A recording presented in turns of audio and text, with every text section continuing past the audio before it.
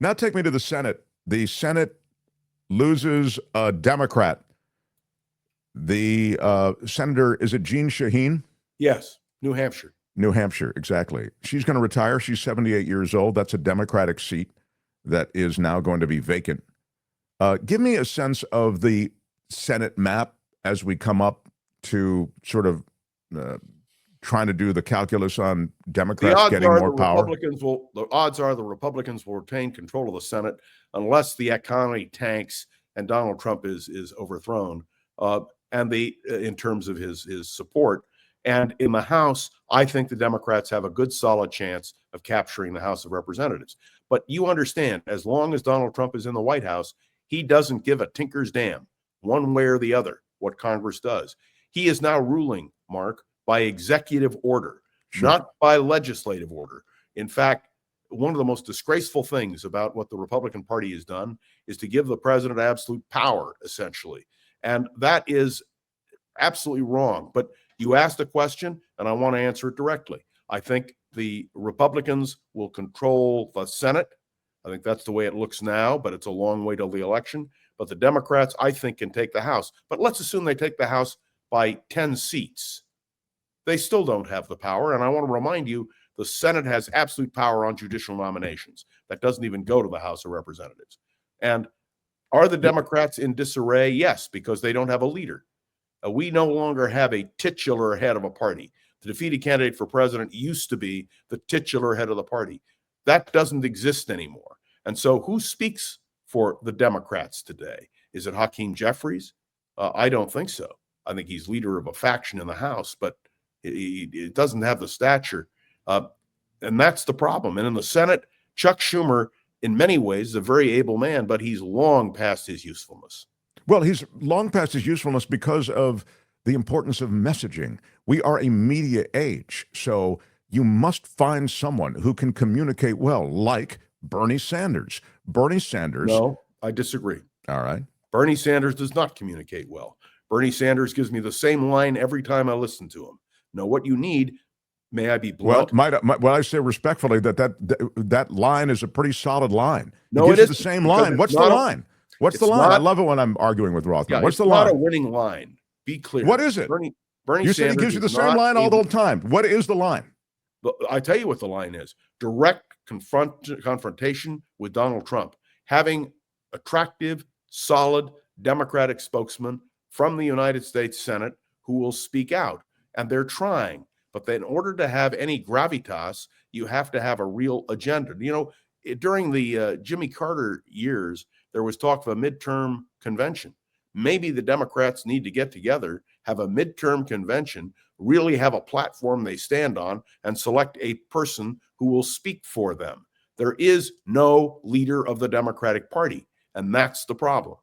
Well, I'll tell you what I like about the convention idea is just that you seize the narrative for a little while. Right now, the narrative every day goes to Trump, and he knows it, and he's playing it every single day. What I was asking you is, if you say Bernie Sanders says the same thing all the time, tell me what that thing is. Oh, it's against the wealthy people in this country. Yeah, it's against the billionaire class. Exactly. It's a line that does not fly. Barack Obama's line flew because Barack Obama was a clear, articulate spokesperson for the Democratic Party. And they do not have a Barack Obama now. Well, Bernie Sanders is certainly Barack Obama was a generational political figure. I completely agree with that. As is Trump, by the way. I mean, it pains me to say.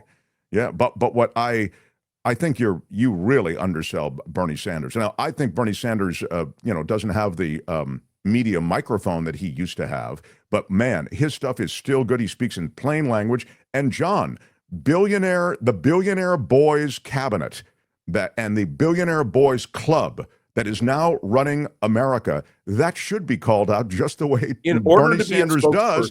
And I love that line and mentioning corruption. I think those two things, billionaire corruption is in order to be powerful. In order to be a spokesperson, you have to have credibility. Bernie Sanders does not have credibility. He's been rejected by the voters in his presidential campaigns. He's very narrowly based. He doesn't even call himself a Democrat.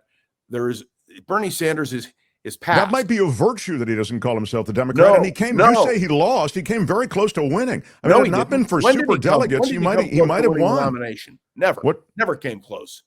Oh, Never came. Against Hillary Clinton, he didn't come close to getting the nomination. No, he did not. He failed miserably. There was no chance. But look, he didn't fail you miserably, go back a John. decade? Yes, I want to go back. Why don't we go back to Barack Obama? No, there needs. No, to I agree. be I agree with you on the new oratory. There's no generation of beating the leadership. oratory of a Barack Obama. You're right. You can't. Bernie Sanders is not in that class. I believe that if you're going to have a successful Democratic Party, it has to be a younger, more powerful, more compelling spokesperson. I don't disagree. I don't Who's disagree. Not with even your, a Democrat. Mark. I don't disagree with your point. And again, the Democrat or not does, but I get what you're saying. John Rothmann, it has to be a Democrat. I know you're saying for the leader of the Democratic Party, it has to be a Democrat. Sure, but what I'm talking about is a voice that will punch through. So no voice punches through unless they're a leader in the Democratic Party. There is only one opposition party, and it has to have a spokesperson who is clear, articulate, able to run for president of the United States, a person who does not declare himself an independent, and who is not an independent socialist. You're not going to win an election with that line, period. A younger Bernie would be awesome, says Santi. Exactly. So we just need like a time machine. No, because he was still a democratic socialist. You have to have someone who can appeal on both sides of the aisle, and that is essential to winning a political victory. And by the way, you've been saying, John Rothmann, the American people will wake up. Professor, would you please tell me what time and date the alarm clock is actually set for, says Luis. It is weird how they... I have to believe that or else I give up on America. Yeah, yeah. I'm not going to give up on America. I'm not going to give up on the fight. And the simple truth is you have to have somebody to carry the lance, if you will, into the arena. And we need a Democrat who can do that. And by the way, I'm counting on the courts. Now, you may have seen this whole thing from the Republicans now that Donald Trump may not even obey court orders. He's saying he and Vice President Vance and even the Speaker of the House have said, well, he doesn't have to necessarily follow it. The new Solicitor General of the United States and the new Deputy Attorney General of the United States are making the same claim. This is absurd. It violates the Constitution. Anyone else, if things were equal in the Congress, you'd be facing impeachment. And certainly Republicans must understand and will understand ultimately the damage he's doing. Let the market fall another 1,000 points or 2,000 points or 10,000 points. Let us have a situation in Ukraine which is completely untenable.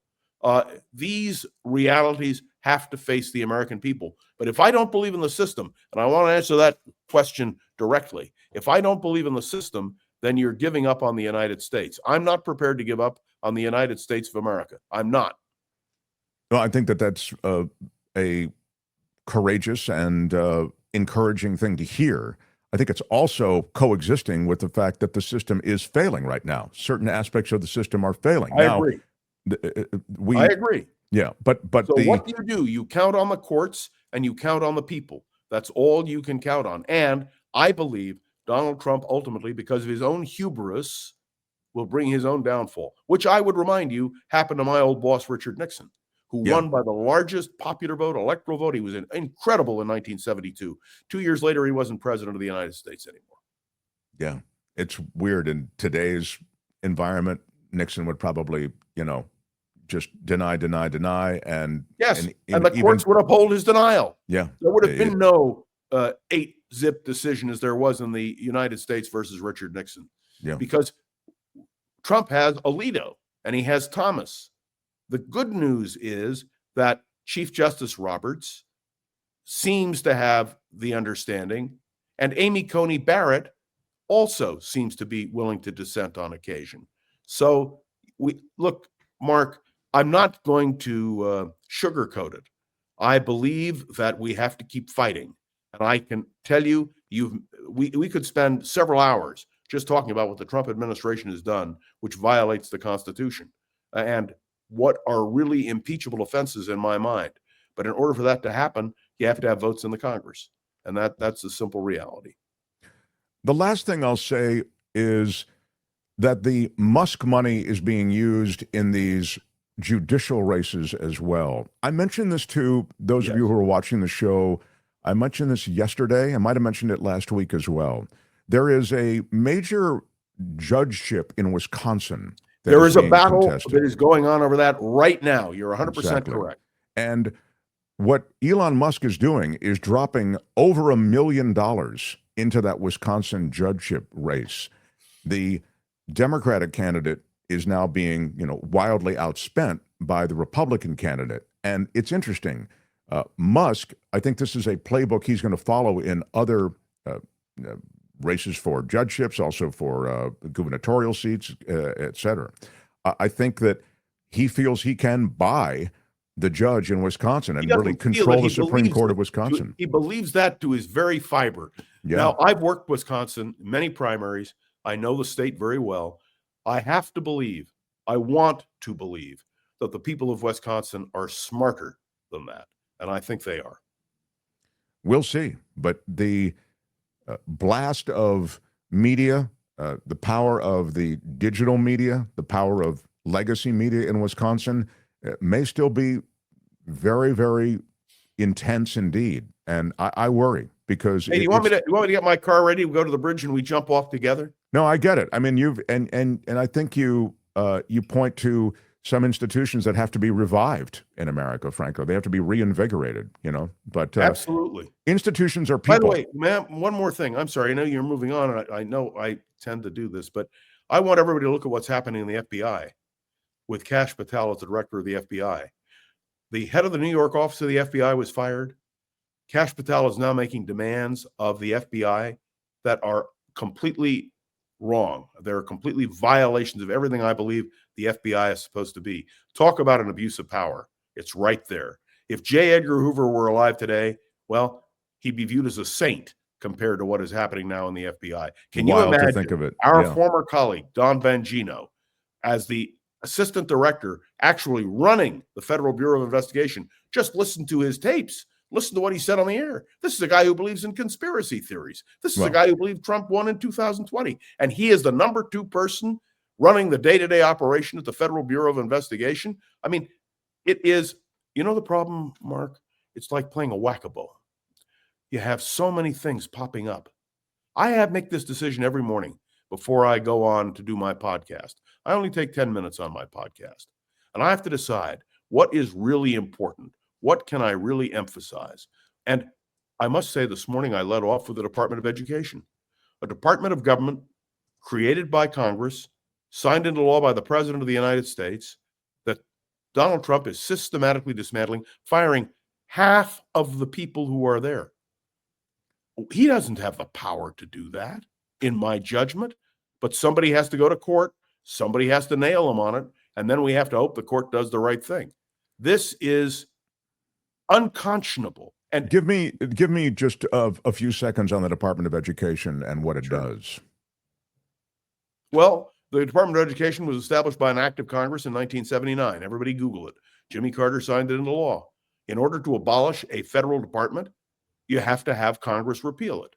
But what is happening is that Donald Trump has instructed, thanks to Elon Musk, to simply fire these people. Now, they're doing something logical. They're going to court to say, you don't have the power to fire us. But whether or not the courts will uphold them, I can't tell you. But, Mark, it is so distressing to me.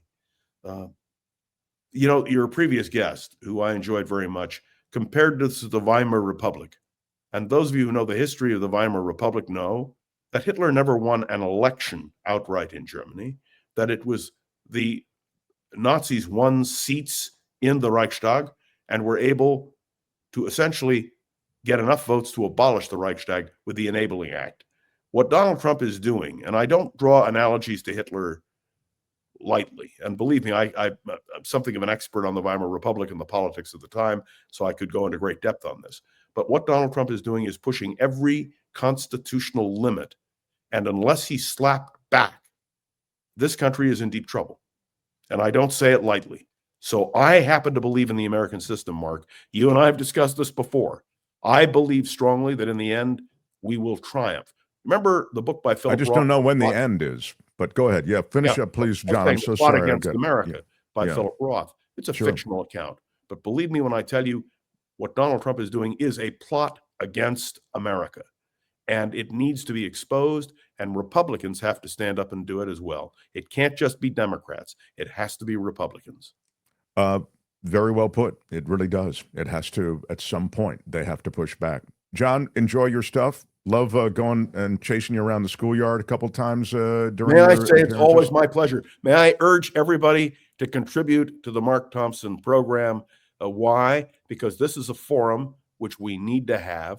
I will continue to do what I do on The Voice of San Francisco and, of course, on Around the Political World with John Rothmann.